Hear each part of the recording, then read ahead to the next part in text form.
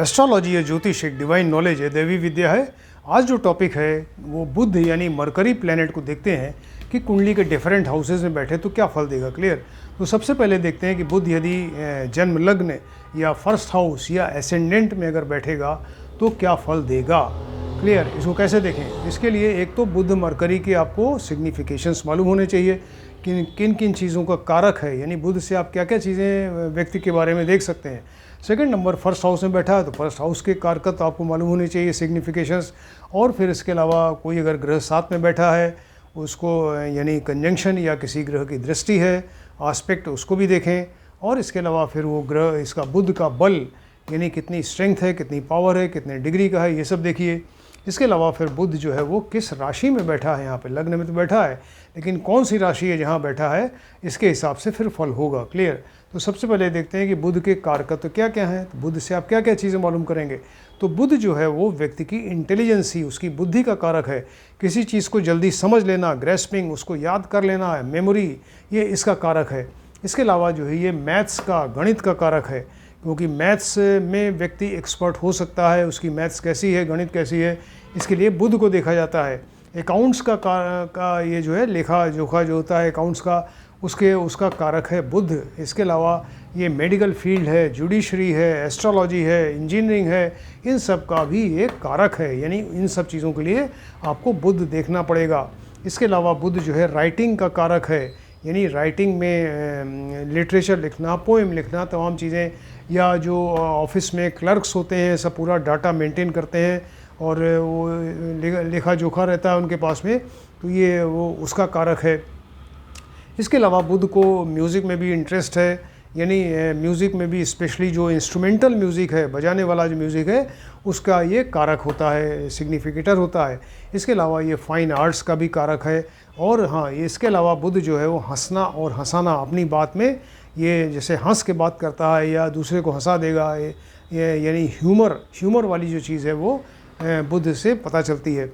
नपुंसकता का कारक है, यदि व्यक्ति नपुंसक तो नहीं है, इम्पोटेंट तो नहीं है, इम्पोटेंसी का के बारे में पता चलता है। इसके अलावा कई बार जुड़वा बच्चे पैदा होते हैं, ट्विंस, उसका भी कारक बुध ही है। क्लियर। अब देखते हैं कि फर्स्ट हाउस से आप क्या क्या चीज़ें मालूम कर सकते हैं।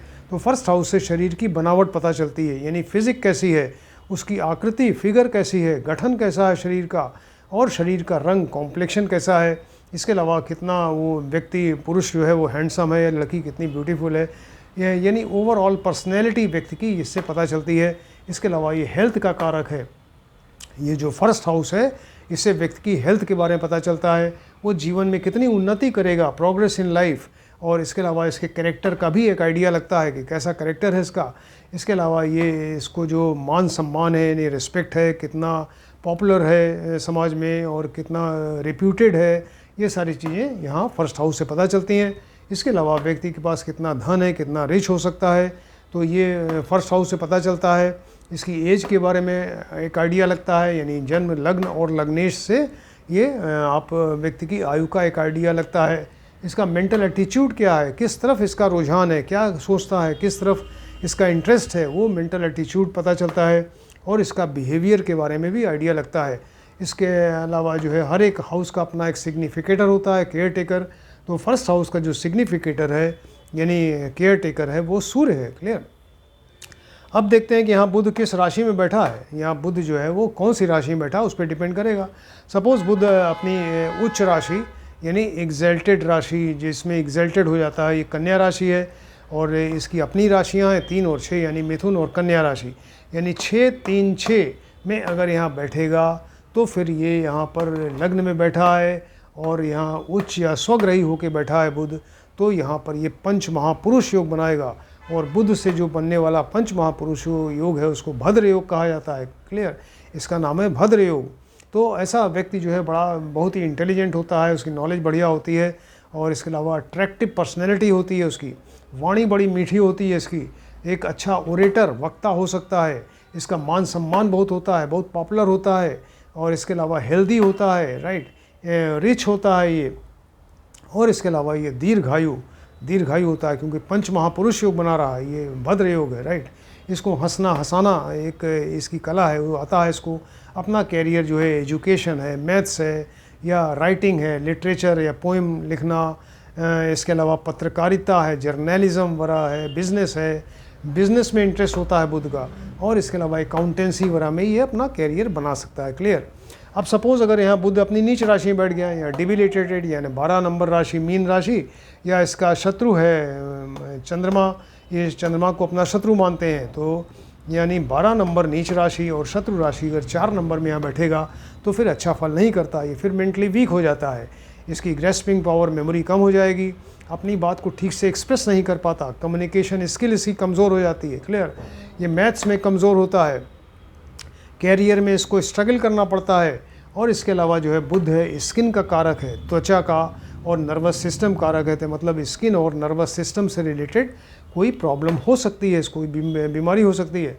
इसके अलावा बुध जो है वाणी का कारक है, तो वाणी में जैसे ये हकलाना यानी स्टैमरिंग या तुतलाना, कुछ तुतला के बोलते हैं, जैसे उसको कहते हैं बैबलिंग, या अटक अटक के बोलना, स्टटरिंग, ये सारी प्रॉब्लम यहाँ पे हो सकती है यदि बुध अपनी नीच राशि शत्रु राशि में बैठा है। इतना क्लियर हुआ। अब ये देखते हैं कि ये एक इससे बुध से देखिए यहाँ पर एक लक्ष्मी योग बन सकता है। लक्ष्मी योग कहते हैं तो यानी जब बुध जो है अपनी उच्च या स्वराशि में होकर केंद्र में हो, तो ये केंद्र भी है, त्रिकोण भी है, ये लग्न में बैठा हुआ है। क्लियर।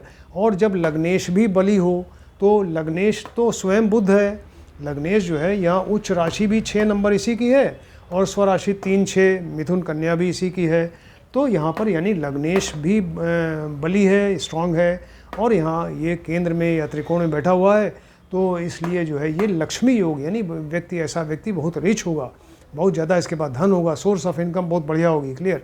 ये हुआ। इसके अलावा सपोज़ यहाँ बुध के साथ गुरु बैठ जाए, बुध यहाँ बुध प्लस बृहस्पति, या बुध के सामने बृहस्पति बैठ जाए, दोनों एक दूसरे को देख रहे हैं, उसको कहते हैं बुध गुरु योग बनता है। तो ऐसा व्यक्ति बड़ा इंटेलिजेंट होता है, उसकी नॉलेज बड़ी बढ़िया होती है, और वो डिस्कस करने में बड़ा तेज होता है, तर्क वितर्क करना ये सब इसको आता है, बहुत रिच होता है, ये बुध गुरु योग बनता है। और सपोज़ बुध के साथ शुक्र बैठ जाए यहाँ पे, बुध प्लस शुक्र या शुक्र सामने बैठ जाए तो बुध प्लस शुक्र, इससे लक्ष्मी नारायण योग बनता है। क्लियर। इसको कहते हैं लक्ष्मी नारायण योग। तो लक्ष्मी नारायण योग से मतलब लक्ष्मी की कृपा और नारायण दोनों की कृपा इस व्यक्ति को मिलती है। व्यक्ति बड़ा रिच होता है, अट्रैक्टिव पर्सनैलिटी, बड़ा मान सम्मान वाला, और ये वेल एजुकेटेड, बहुत इंटेलिजेंट होता है। क्लियर। और ये क्रिएटिव माइंडेड होता है, राइटिंग में यानी लिटरेचर है, पोइम में अपना सक्सेसफुल हो सकता है, और रिच होता है। ये सारी चीज़ें जो है यहाँ से पता चलती हैं। क्लियर। तो इतना सारा आपको बताया कि अगर ये बुध यहाँ पर फर्स्ट हाउस में बैठेगा तो क्या फल देगा, इसको आप ध्यान से देखें, स्टडी करिए। और किसी ने अगर हमारा चैनल सब्सक्राइब नहीं किया है तो काइंडली सब्सक्राइब करें, जिससे कि आने वाले अभी और बहुत सारे वीडियो हैं, सब आप देखते रहिए और आप भी आसानी से ज्योतिष सीख सकते हैं। Thank you.